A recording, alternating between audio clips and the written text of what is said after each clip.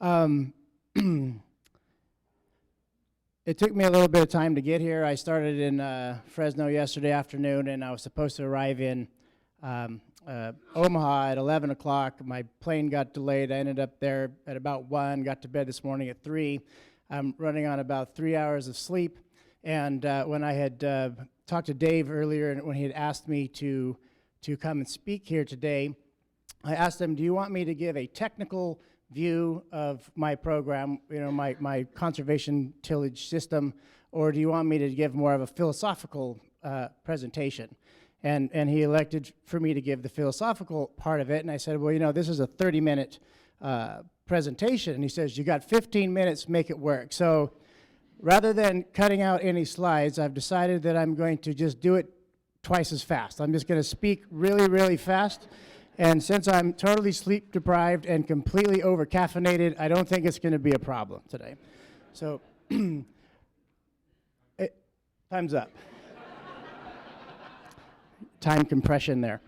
So it is a great honor for me to have been recognized by the Sand County Foundation as a Leopold Award recipient. I've always been an admirer of the writing and the work of all the Leopold. I have always been an admirer of the other recipients in California who I'm familiar with, and always strive to be like those other recipients, but it's kind of a strange position to accept an award for doing something that you're simply doing just to survive. There's a survival aspect to conservation, and both of these speakers previous to me have really illustrated this survival thing. You have to come in the turn of the century, and you have to live off the land and survive. Well, now I live in a highly regulated environment with just unbelievable amounts of challenges that are man-made challenges, not so much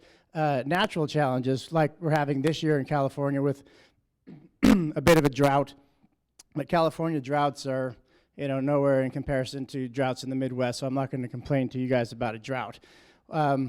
So as I go on, I'm not going to spend a lot of time talking about the technical details of my program. I'm just going to kind of quickly go through what conservation tillage is, what we used to do, what we do now, why we do it, and then I'm going to talk to you a little bit about some challenges that I've had as an advocate of this practice. And I've probably given 40 presentations to farm groups and other organizations around California, and even though we've gone from 0 acres under conservation tillage in California 10 years ago to now nearly 1 million, there's still about 20 million more acres left to go that we need to get moved into it. And oddly enough, in my particular neighborhood, it's very slow to adopt. I mean, there are people who come from all over the state to my hometown to visit my farm and see what we're doing, and they adopt the technology,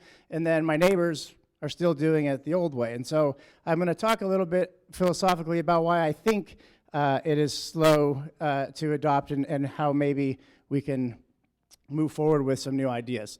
So yes, my family has been farming continuously in the same place for 120 years this last January. The reason why I came late yesterday is because yesterday was my grandmother's 100th birthday, and and I wasn't allowed to leave before lunch with my Italian family who'd come to visit her. And so I am the 4th generation to farm this property. My great-grandfather, my grandfather, and my father before me, we were all California dairymen. I'm a California dairyman. I have 2 sons, 6 years old and 10 months old. I'm going to turn 45 on Saturday, so I'm a little bit of a late bloomer. And they're a little confused. They don't really know.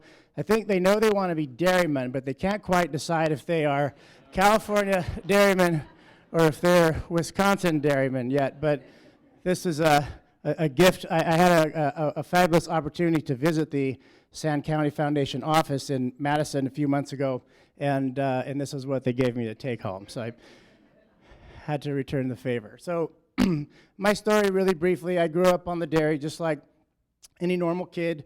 I was in 4-H and FFA, and went on to a junior college and studied ag, and then went to Cal Poly San Luis Obispo and studied dairy.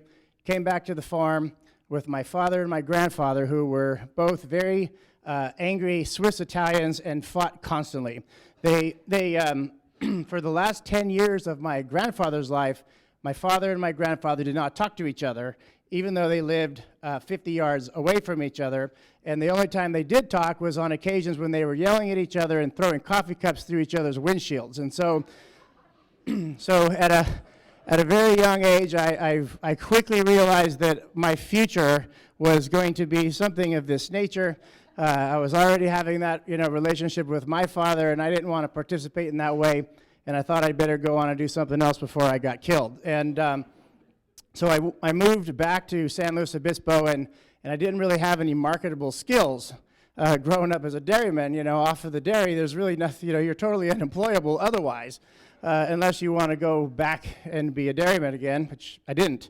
So I knew how to do music. I was a musician, and I had a bunch of equipment, and so I made a living doing music. And over a 13-year period, I went from kind of a small club booker to a concert promoter and then a tour manager, and I was able to tour with bands and managing tours of artists that played in arenas, and none you probably have heard of, but Red Hot Chili Peppers was one. I don't know if you're familiar with this band. And so we went to almost all 50 states and most of Europe and Japan and Australia, and I had a really interesting opportunity to do that. And at the age of 30, I felt that I was too old for that business, and decided to move to San Francisco. And I didn't have any skills then either, except for I was in a tour bus so much. I was bored, and I spent a lot of time on my computer, and I learned how to make websites in 1994. And so I had this opportunity to build internet websites for bands while I was on the road. I founded a software development company in San Francisco, did that for 4 years, and then my father came down with cancer. And so I moved back to the farm to help out with them, and I got stuck there. So I am still there today, which, by choice, and I'm really happy to have come back and do something that is very fulfilling. And I'll tell you the big difference between being in agriculture and being in some profession other than agriculture is the feeling that you have at the end of the day, knowing that you had an impact on the land, on the welfare and well-being of animals, and also and to benefit humans from the perspective of nutrition and having access to dairy products, which I believe are essential in this world. So when I was doing software, I was there during what's now called the dot-com bubble, if you know about that period. So I was there from 1998 to about 2002, and during that time, the internet was really just coming into its own, and nobody really knew what it was.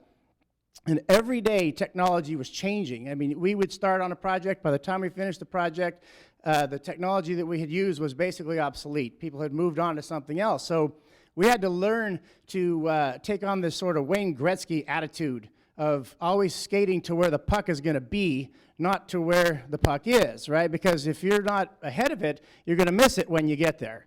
And so when I came back to the farm, I had been kind of programmed, so to speak, to always be looking out years ahead, and in this case it was just months ahead, but looking out ahead to see where's technology going to be down the road. So I'm working on that now so I could be there when its time comes. And so I approached my reintroduction to farming and dairy from that same perspective. So rather than coming back and basically learning from my father, which really pissed him off, I'll tell you, I came back and I'm like, you know what, I love the way you've done it, but I'm not interested. I need to start this thing completely over. And it wasn't that stark about it, but it was really the approach that I took. So I started looking at ways to save money farming, looking at new technologies, and seeing the way things are done in other places. And right about that time, the University of California Extension Service had set up a conservation tillage work group. I joined that group and started developing technology.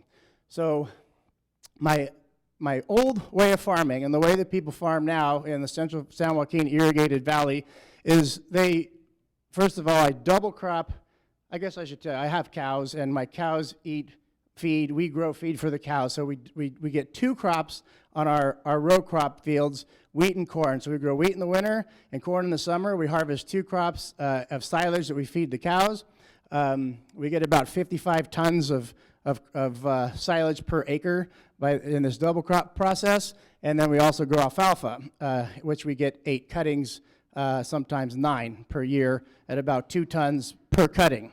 Just so for you that know how ridiculous those numbers are, they're ridiculous numbers. So, so for one thing, you'll quickly learn is that I screwed up a lot in this process, made tons and tons of mistakes, but always survived it because my land took care of me. Because the land, you can't screw it up. It's really forgiving, and it gave me an opportunity to really stretch out and do some unusual stuff and survive. And so this is basically the process that we had to go through to get to a crop of corn. We'd harvest the wheat, we'd run these 12 things through the field, and then we'd chop it, make silage, and then before the wheat, we'd do these 5 things. And we started adopting, we tried no-till for a while. No-till doesn't work because at the end of the day, we have semi-trucks driving through the fields, to capture the harvested crop, and the ground is still a little wet because we're chopping it for silage and not for grain, so it creates a lot of wheel compaction. So we had to do something about that, so we discovered strip tilling, which many of you probably do, and I know this technology has been around for 40 years, but in California, it was like the aliens had landed when the first strip tiller came to town, and people were they didn't know what to do with it. So we went from a system where we were doing 11 dirt moving passes in addition to the planting, the spraying, fertilizer, things that I don't consider a dirt moving pass, a dust making pass, to basically 2, because we do 2 passes with a strip tiller, and that's really only a half a pass each time because we're only tilling the ground in a narrow band. We're just working right where the seed goes and not the whole field like my conventional neighbors do. And as a result of this, we did some research work, and I've participated in research with many state and national organizations, and one of them was with the National Soils Tilth Lab out of Ames, Iowa, wanted to study the dust reduction effect of this system. And the reason why we were looking at doing this originally was to mitigate dust, because I live in a bathtub with a lid on it in the central San Joaquin Valley. Every diesel emission, every particle of dust floats up about 100 feet above the ground and just sits there until it rains, which it doesn't do very often in California. So we have the single most polluted air basin in the country, and there are a lot of efforts to try to reduce this pollution. And so they determined that my process through lasers, and they had all this equipment out in my place for a couple of months measuring it, reduced the dust by 85%. So we had an 82% reduction in field passes, but we have an 85% reduction in dust, diesel emissions, and that includes, less labor. We actually find that strip tilling and not doing as much tilling by leaving some residue on the ground has actually improved our soil condition quite a bit.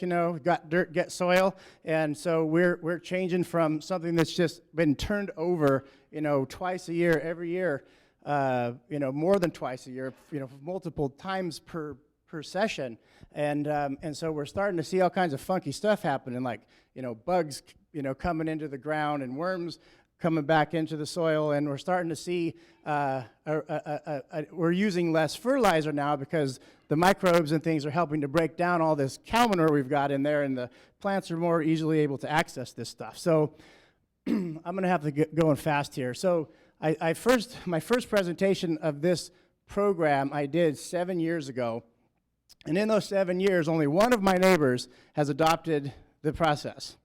There are at least 1 million acres of land from people who have come and seen it and then gone and done it, but none in my county, oddly enough. And so I try to illustrate this a little bit by describing the last conversation I had with my father, which might get a little, it's already happening.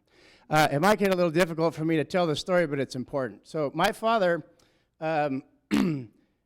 he used to always say that I came home and undid everything that he did, right? And this was a normal thing, and he would let me do what I wanted to do, and he'd drive by the fields and he'd say, you know, that corn looks a lot better than I expect it would, right?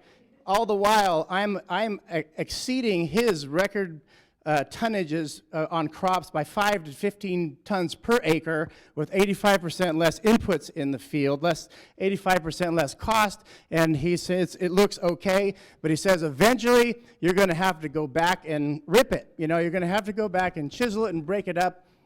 And 7 years into this thing, he's still telling me, eventually you're going to have to go rip. And I'm like, okay, well, when? Because, you know, we're 7 years down the road, and every year it gets better. Whenever it starts going backwards, then we'll start talking about the ripping. So he kind of laid off me because it was pretty obvious this thing was working, that he didn't really want to work because it was changing his deal.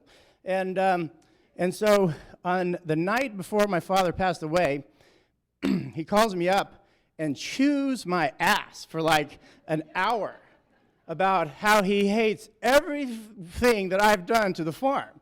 Just went nuts, you know, and in contrast to the fact that many of my family and neighbors tell me how much he brags to them about what I'm doing. But he felt it necessary to chew my butt about it. So what is it that after living the experience of what was going on here that he couldn't get? And so I'm going to skip through this part of it. You know, this is a little slide present thing where I talk about why we have to do it now, which is basically before we weren't really regulated, now we are. We had a lot of water, now we don't. Labor was cheap, now it's not. Diesel was cheap, now it's not, right? So you get that part of it. So why didn't he never see the benefits? And this is a quote from Abraham Lincoln, which basically says that we have to disenthrall ourselves from our ideas if we want to make change, that we fall in love with the ideas that we have. And in order to change our perspective and to change our position, we have to give up the love of this thing, even because it's the right thing to do. And I used Kodak as an example of a company that did not disenthrall itself. And so I want to give you a little bit of a story that I'm going to try to use as somewhat of a metaphor to agriculture. And agriculture's maybe a little bit enthralled with certain ideas, and let's take a look at that. So in 1889, George Eastman started the Kodak company on this razor and blade strategy of selling cheap cameras and making large margins from selling ink and paper. You can't see it down there on the bottom. I put this together at 3 o'clock this morning. I missed this one. So their idea was, we'll give away the camera, we'll sell chemicals and paper and make money on that. Okay, by 1976, they owned 90% of the film business in the world, 90%. They owned 85% of the camera market in the world. And last year, they went bankrupt. So why was that? And I want to ask the question, I'll ask you, why do you think Kodak went bankrupt? Anyone, just throw it out. Digital, right? They didn't embrace digital. You're wrong. Kodak invented the digital camera in 1975. They released the first consumer digital camera in 94, but they licensed it to Apple, and Apple released it as the QuickTake 100. In 2001, they were the #1 digital camera seller in the world. So why did they go bankrupt? The reason is, you guys all know this deal, Darwin says it's not the strongest that survive or the most intelligent, but the one most responsive to change. Kodak thought they were changing. They saw the digital market coming. They saw the trends. They were out ahead of it. They actually created it. There was a time during Kodak's history where they were innovating digital technology, but they kept their same business model of trying to sell. They were selling cheap cameras and printers and trying to make money on ink and paper. There was actually a period of time when Kodak was the leading producer of digital cameras in the world and was trying to slow the sale of digital cameras to try to sell more ink and paper. They were trying to stifle digital because they were stuck on this model of giving something away to sell something else. And Kodak believed that there would never be a time on earth when people didn't want a Kodak product. which is probably true. People do want Kodak products, and if you're going to buy ink and paper, you'd buy it from Kodak, but who the hell buys ink and paper anymore, right? Nobody buys ink and paper. And so what they didn't see coming was the iPhone and Facebook, and the fact that nobody will print pictures anymore. How many of you print pictures still? A couple, right? I mean, a couple. But, you know, not many. So now we're connected in other ways. So they were enthralled with this razor and blade model. They never got over it, even though they were the innovator in the technology that was ultimately their undoing, right? They created it. So what is ag enthralled with? You know, I would say it's tradition. We have, you know, my father did it this way, his father did it that way, and damn it, I'm going to do it that way too. And we have independence, you know, hey, leave me alone, get off my property, I want to do my own thing, I don't want someone in my business. You know, they have an aversion to risk because farming is complicated, it costs a lot of money, you got one shot a year to make some money on the deal, and if it doesn't work, it doesn't work. You know, what the neighbor's going to think of you if your crop fails or you got weeds out there, it doesn't look as good as there. You know, the freedom to operate is another kind of area of being, and then government payments, you know, I mean, have government payments of ag crops shaped our paradigm of how we think about change? You know, are we growing a crop because the government pays us for it, or are we growing a crop because it's the best crop we can grow? And so this all kind of equates to a resistance to change. And so it's worked so far. Why is this a problem now, right? So far, this has been a successful model for farming. And I would argue that the reason why is that the consumer has turned on us, that we no longer have what they call social license to operate without intervention from some other entity like the government, right? And it's all because of, you know, this obesity thing, the worry about GMOs and animal rights activists and other environmental concerns and humanizing animals and all this kind of stuff. You guys are all in ag, you know how this thing works, right?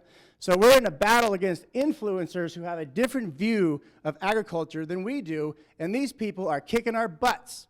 You know, they're the ones on TV, they're the ones, you know, Dr. Oz and Ellen DeGeneres and Oprah, and these people are the ones who influence the world now, not the farmers. You know, there was a time when we didn't have to influence everybody because everybody was us, right?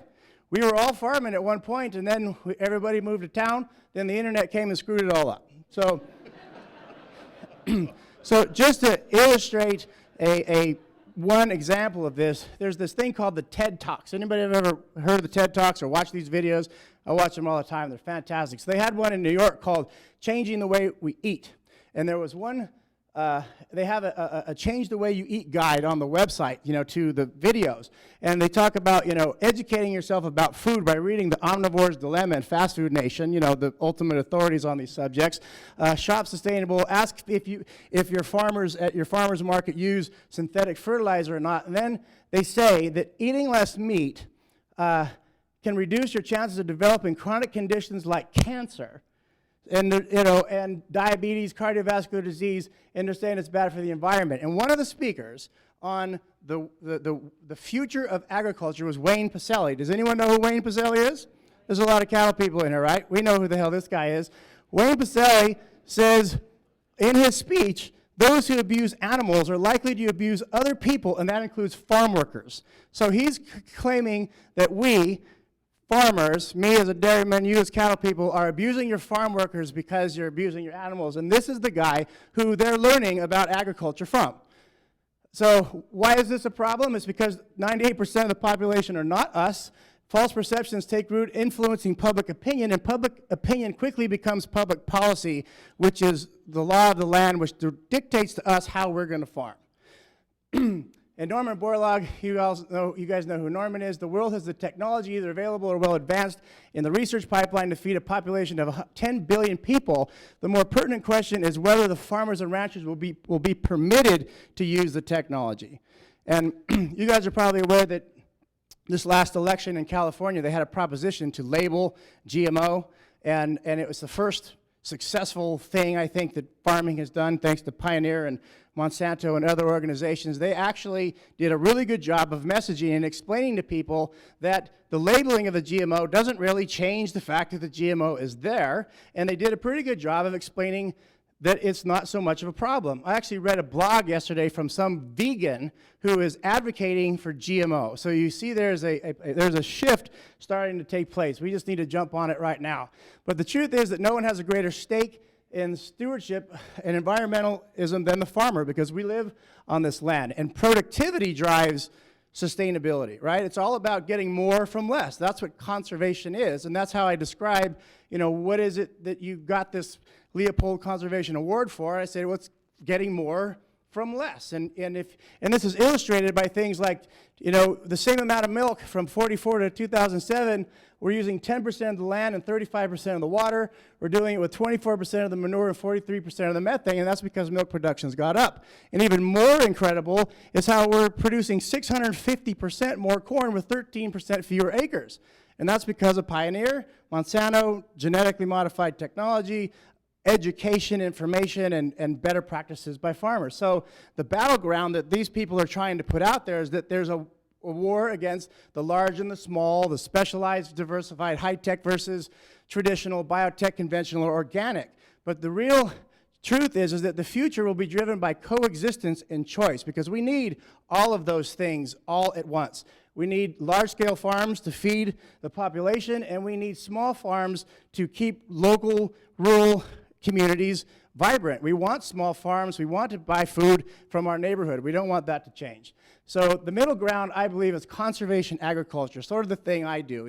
I'm kind of a large-scale, high-tech farmer, but I'm using high technology, and I'm using equipment, and I'm using things to reduce the impact on the environment, to improve my air shed, to improve my water tables, to improve the welfare of my animals, and doing it with technology. And technology is necessary, I think, for conservation.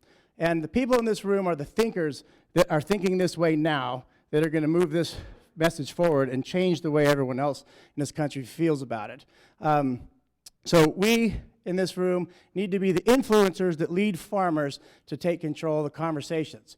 If the farmers don't, our competition, like Wayne Pacelli and his ilk, will do it. Then we will all be, if we don't do it, we'll all be conservation agriculturalists on their terms, not ours. And that's it. Thank you.